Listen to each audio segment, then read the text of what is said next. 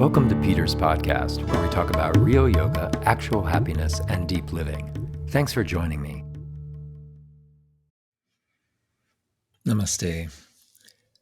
I've been a little quiet lately. I've been a little quiet in my own life as well as in terms of publishing. And it's largely been a matter of grieving and self-preserving and trying to figure out a way forward. And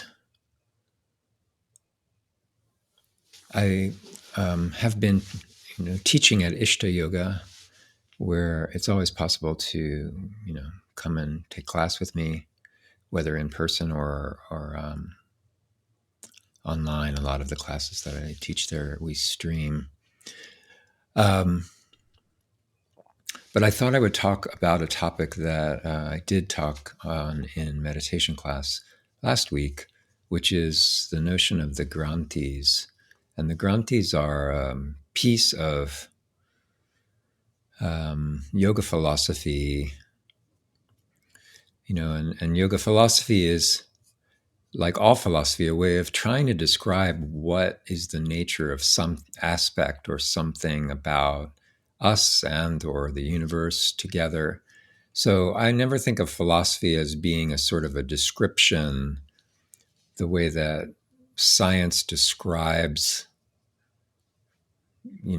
how atoms work or something like that, or how light works as a particle and also as a wave or things like that. I mean, those are useful, and they can help us do certain things. They're useful as sort of inputs into tools and into actions. And philosophy is much more akin to a worldview or a frame or a way of taking some aspect of yourself and looking at that. And then from that perspective, you gain some insight that then you bring into the bigger picture of your life. And I don't think there's really anything that's big enough as a frame to understand the whole of who you are and what you are. And this is a place where I think science has a difficulty, because they're trying to describe something that's bigger than the tools of science. And, good scientists will admit as much. But philosophers sometimes fall into the realm of religion, where they're trying to talk about, well, this is the way things are, or that describes some, subtlety or some, I don't know, energetic description of things that, it's perfect as a metaphor, and it's a little less reliable as a fact.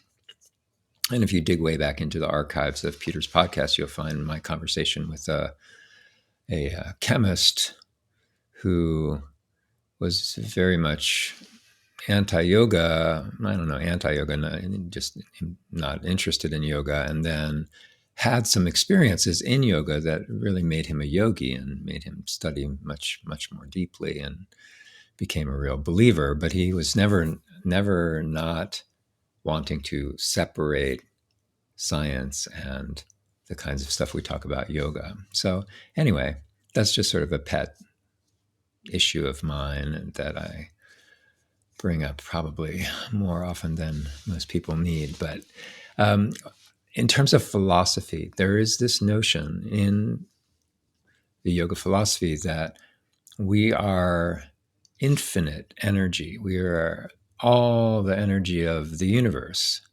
And the energy of the universe in yoga is considered what happens when the cause of the universe is.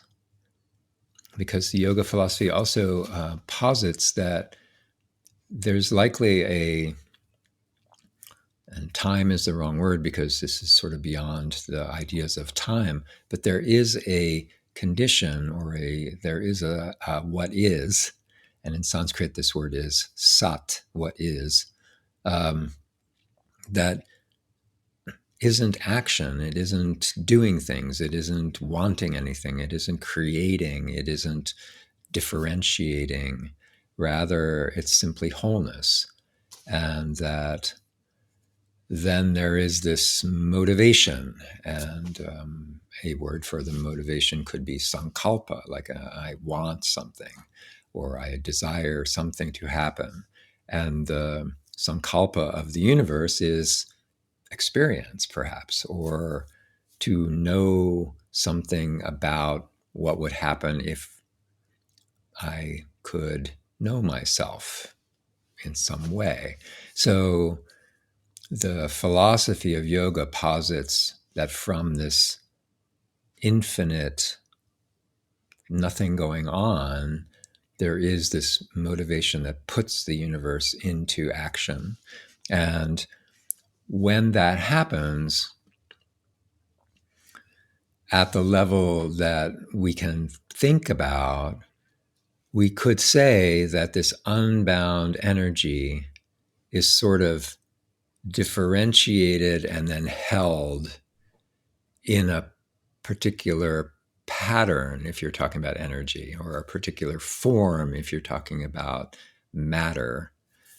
And the colorful description for that holding the energy in a form, or holding the energy in a pattern, is called a knot, to knot it up, to tie it up, which makes total sense if you were considering that this philosophy was made up in a time when technology required ropes and carts and oxen and stuff like that. So we've got this notion of the energy being tied up and held in three knots.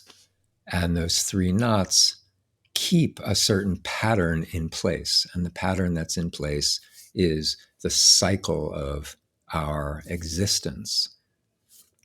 Within that cycle, there are three knotted kinds of energy: the energy of creation, things beginning or coming about; the energy that is ending, when that thing is no longer there; and the energy in between, when that thing is existing, is sustaining. And those three kinds of energy are taking place in the universe always. Even the whole of the universe had a beginning that scientists call the Big Bang, right? We call it this separation into Shiva and Shakti. And then right now we're in the sustaining, and eventually we will have an end to the universe. And according to yoga writings, again, philosophy, conjecture, deep pondering of, there will be another universe. So from the ending will be another beginning. In science, there are theories of the same exact thing, that the Big Bang creates a universe, and at the end of the Big Bang, the universe collapses, and then there's another Big Bang. So, something about our ability to grasp things sort of transcends which school of thought we're in. A lot of the thoughts seem to be very parallel, and that I find the interesting correlation between science and yoga philosophy. So, what do we care about this beginnings, middles, and endings? It is primary to our getting a better grasp of the way the universe works, because it helps us see things as they are, more truly as they are. And when we see things more truly as they are, then we live more in harmony with who we are. One of the great sufferings of the world is that we start to disagree with the way things are.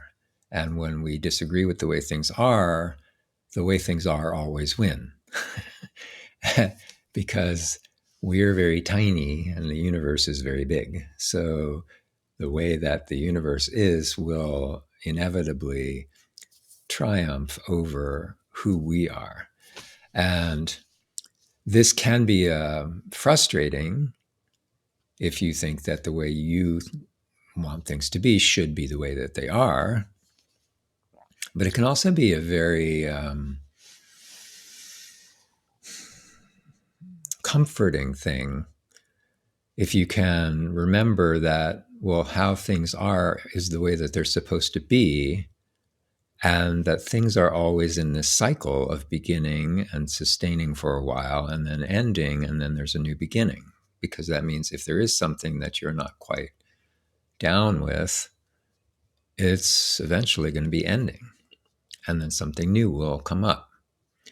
And as part of the creators of everything that is in our own little cycle, in our own little world of existence, we could, in fact, have some impact on what comes next, right?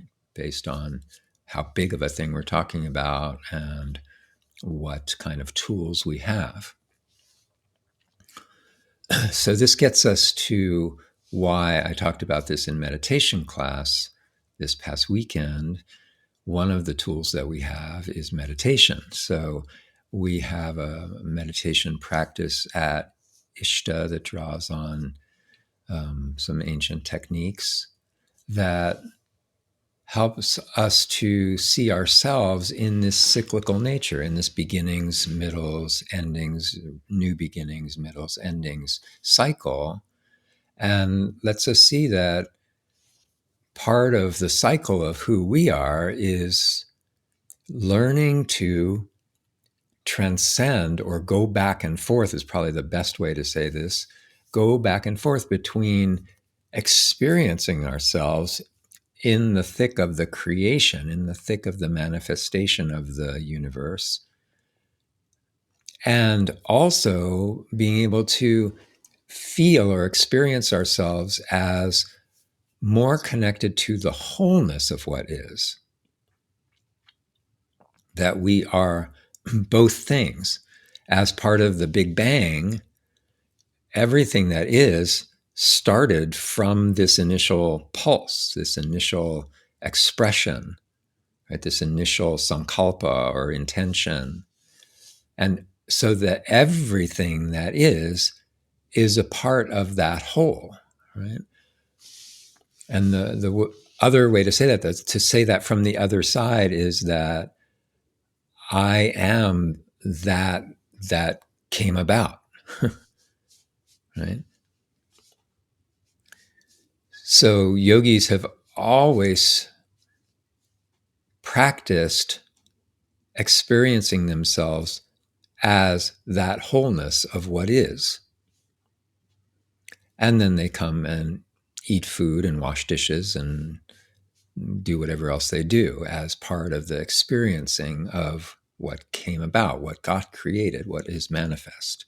So we have this both manifested and transcendent components of our view, of our ability to see.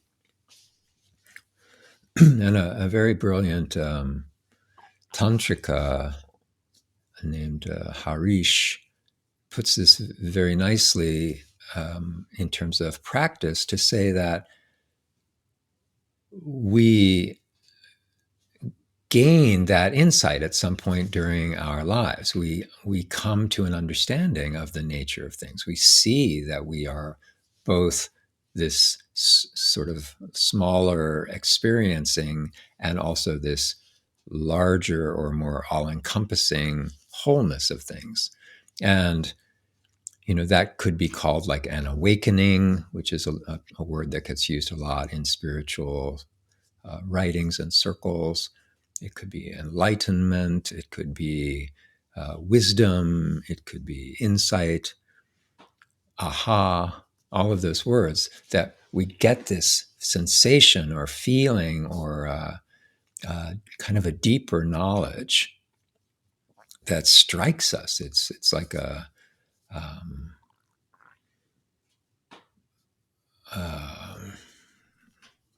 I don't know, it's like an overpowering, right? And because we're all different, we experience that in different ways.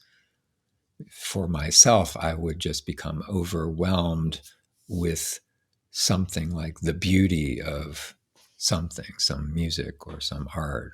And then I found that meditation was like a technology for bringing me to that kind of place.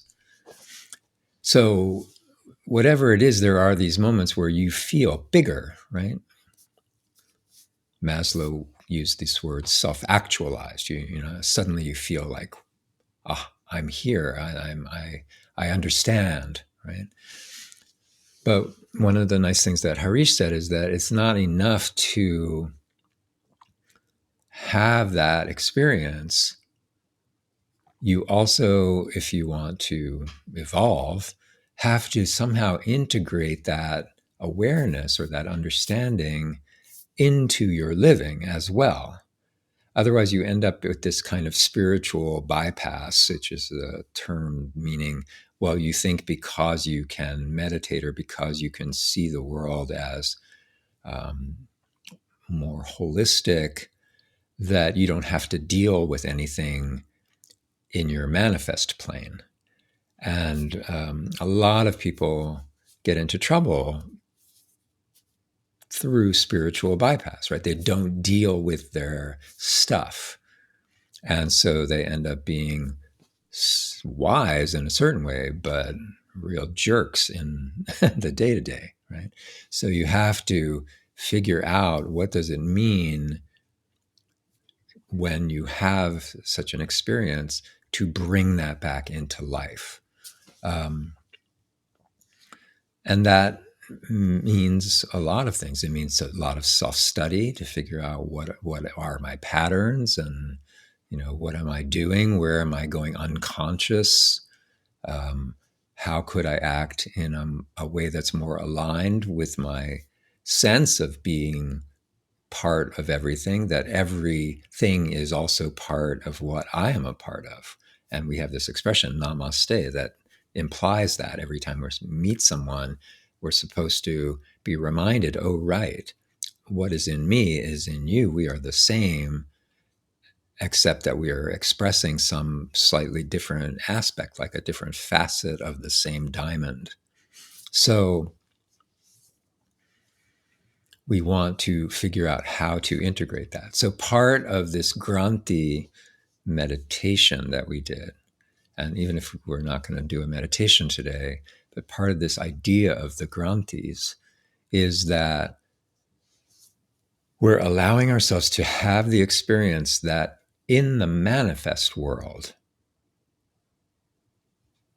right, from the Big Bang, all the stuff that's happening is going to go through cycles of beginning and sustaining and ending, and beginning and sustaining and ending, even down to our own day. Our day begins, and then we are there for the day, and then we go to sleep, and we lose consciousness for the time that we're in the delta rhythm of sleep, and then we wake up and we begin again, and so forth. And that's the same with our whole lives. It's the same with the whole history of a place. It's the same of everything, right? One of the reasons I wanted to talk about the granthis in terms of where I began today is that we're in a place of, on one hand, great destruction. And that destruction is political, but the politics is also it's ushering in, but it's also kind of a symptom of the fact that we have changed our relationship with the way that the world works. I was watching a really beautiful David Attenborough documentary on Netflix that I think just came out. And it documents what happened to wildlife, what happened to some aspects of the purity of the water and the air during the year of COVID lockdown. And it was kind of crushing and heartwarming to see nature respond to us being not present in the way that we typically are. We were and we are again, right? Where we stayed home and the planet got to breathe again, and all the animals got to be in their environments without people blocking them and interrupting their pathways and taking up all of the space and creating pollution in their waterways and such, and noise pollution, for instance, in the waterways, other kinds of chemical pollution in the water and in the air, and so forth, noise in the environment for birds, and so forth. So, we have been creating this kind of unsustainability in relationship to our environment over decades. And we're never in a direction. We're always in a cycle. So the question can be, all right, so where are we in that cycle? Are we in the beginning of this place where we are making all the wildlife suffer and the chemicals of the earth and the air suffer and the water? Or are we in the sustaining? Or are we in the destruction or the end of something? And that's a good question, and it's not just that one answer, because our whole thing is very complicated. So there's many cycles going on simultaneously. But one of the ways that we can take our meditation, the spaciousness of that, the aha that we might gain in that, and come back into life and benefit from it, is that we can say, okay, so given where these various cycles are, how are we going to interact with them?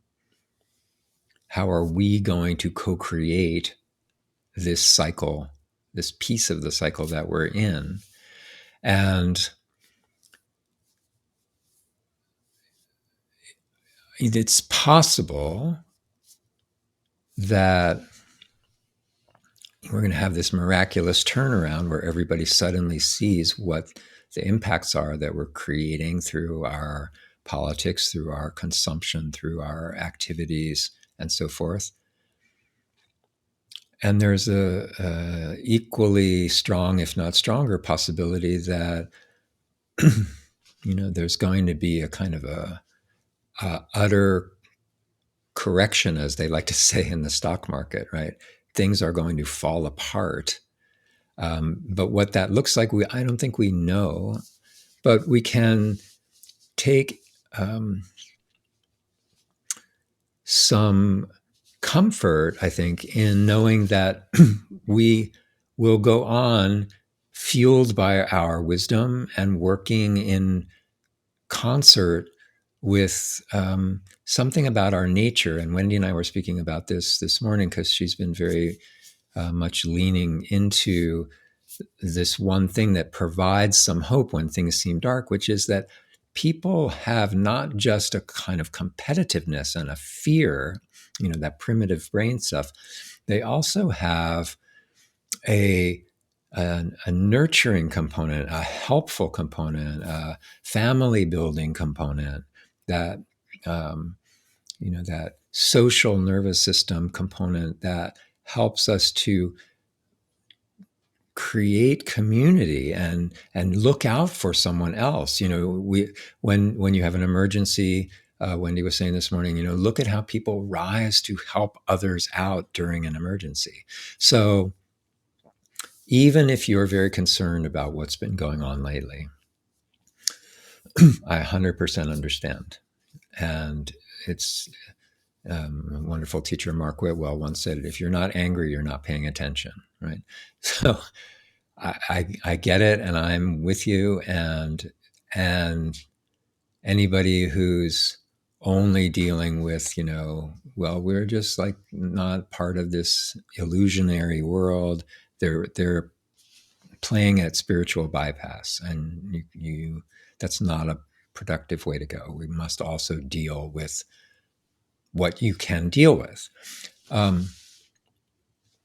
At the same time, doing things that keep you stuck in your primitive brain, right? It keep you stuck in fear, keep you stuck in anger. These things on their own are just there. Those are there. You can pick them up or put them down or deal with them or not. But the fear and anger will make you less effective at processing information well, making decisions that are more balanced. So it's important to do what you need to do whatever self-care you need to not be afraid all the time, to not be angry all the time, but to create space, create quiet. If you have a meditation practice, so that you can meditate. If you don't have a meditation practice, so you can begin to learn how to meditate. Alan Finger and Sarah Finger and I are doing a meditation training later this month that I'll put a link to in the notes. And by creating that space, you can be the best you that you can be, which means you stop arguing with the nature of what is. You stop saying, no, things should be different, right? Because things are not different. Things are exactly what they are. You can work to make change in what they become, right? And that's what activism is for. That's what teaching is for. That's what care is for. We all have jobs, right? We all have, whether they're paid jobs or that's our avocation job. You have what you do, and we must continue to do those things in a way that helps us all sustain better. Or if this is an ending, that help us begin better. And so this practice of the granthis, remembering that we're these knots, to use the ancient language, right? They are not knots that keep anything from moving.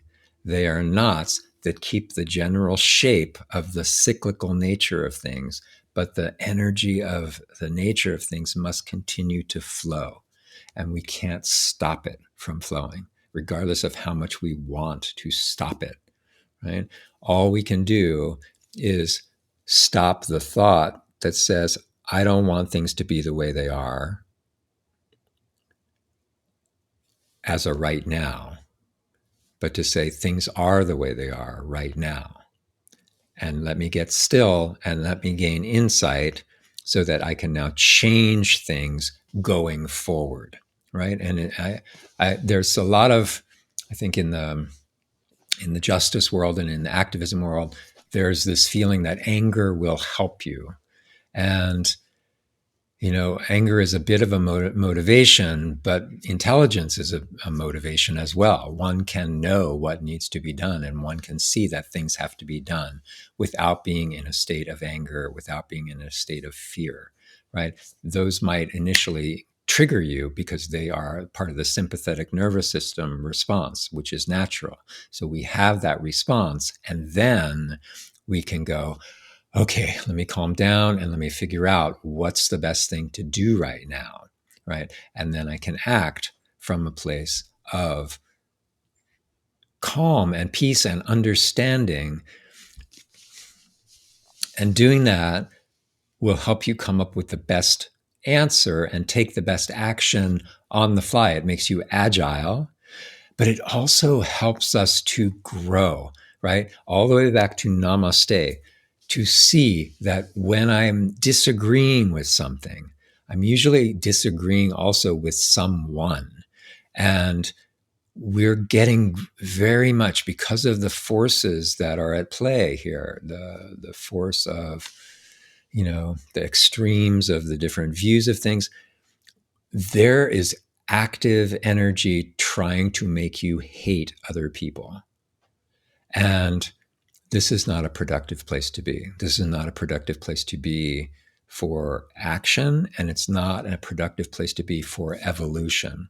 We must start to feel, to know that people have their own backgrounds. They come to where they are through the course of their life, through decisions that, either they made on their best judgment or that got thrust upon them by other people with other motivations and so forth. And they think they're doing the smart thing, right? So you don't know that if you were in the same position and you had their upbringing and you had their genes and all of that, you wouldn't be doing exactly the same thing. So you have to be willing to go, okay, where is the love? Might be tough love, but there might be also some way of compassion, some way of being willing to speak about it. My good friend, who is very much of an activist, gave me a book about how conservatives and liberals can start talking to each other more. It seems a little naive at this point in our current dialogue because there is no dialogue, but it raises some very interesting points. And one of them is, as long as you're hating the other person, you cannot get anywhere. It requires a certain willingness to see what they're concerned about, the person who's different from you, to see what they're concerned about and respect that they're concerned about that, right? Even if they're confused, even if they don't have the right information, even if they're making a judgment that you think is not valid, they still have the right to do that to some degree. And you can respect that that's where they're coming from without agreeing with anything that they're saying, right? But putting yourself in that situation of being respectful can open a dialogue where simply battling will not. So anyway, that's a little sidebar. Granthis. So when you see something going on, you can ask yourself, all right, here's this thing. Where are we in its cycle? Because if you're at the end of it, you can just go, all right, what's going to come next? If you're at the beginning of it, you can go, how can I steer this thing? If you're in the sustaining of it, you can say, how can I keep it going? Right? And knowing that it's still going to go through a cycle. So you're not being naive that it's going to stay in one of those three phases. It's going to keep moving, just like you're going to keep moving, right? You're a very different person than you were 30 years ago, unless you're only 24 and then 10 years ago. So here we go. What I'd love to end with is a mudra, a shape of hands that is kind of like saying a mantra, but visually, energetically, tactily, something that you feel the energy of, because you're moving your fingers, right? You can get all like neurological about this and talk about the motor function and so forth, but I'm just interested really in what the sensation of this is for today. So take your right hand and rest it on your chest. Take your left hand on top of the right and interlace your thumbs. So you're just crossing one thumb over the other. And then your hands are out to the sides and they'll look like wings, sort of schematic of wings. And we'll hold that right at the heart center, right in the middle of your chest. This is called the Garuda Mudra. And Garuda is an interesting personification, or it's not really a personification because it's a bird, but it's the Lord of the Eagles. And the development of this notion of Garuda is interesting because it comes sort of like as part of the creation myths in India. And the idea was that, various components of the world were being created. And you can be holding this mudra while I'm describing this. Palms facing your chest, interlace your thumbs, fingers spread like wings. But in this creation myth, the various components of nature were all there. And there was one element that was dominating, and that element was the snake. And it was, again, a symbolic metaphor. We have this in the Garden of Eden story as well, like bringing evil. And there was nothing that was the counterpart to it. Nothing ate snakes in this creation myth. And so there was then the manifestation of this eagle who could swoop down and grab the snakes and deal with that evil. So this mudra has something to do with the ability to protect us or to rid us of evil. And that is always, anything that we do in yoga has an exterior component, like what we've been talking about with the granthis, but also an interior component that is about finding growth in yourself, a movement from confusion, avidya, to use the Sanskrit word, toward seeing things as they truly are, viveka. And that includes in your own thinking process, which helps you to meditate, to move from thinking you're going to find happiness, satisfaction, understanding by thinking about it, versus getting still and letting your mind go quiet, the cessation of the activity of the mind, chitta vritti nirodha, to use the language of the Yoga Sutras. And this Garuda mudra is also often considered to be related to the air because of the wings of the bird. But the air in yoga is about the energy, the prana, the movement about. So we're also regulating our energy, which is so important during these times of struggle and confusion. You want to regulate your energy, keep yourself moving, keep yourself going forward, keep yourself healthy, and allow your energy to calm, to rise above, to see things from a greater perspective, to allow silence so that you can then come back and move not from a place of fear and anger, but from a place of clarity. Go ahead and release the mudra. Let your palms come together. Thank you for being here. Namaste.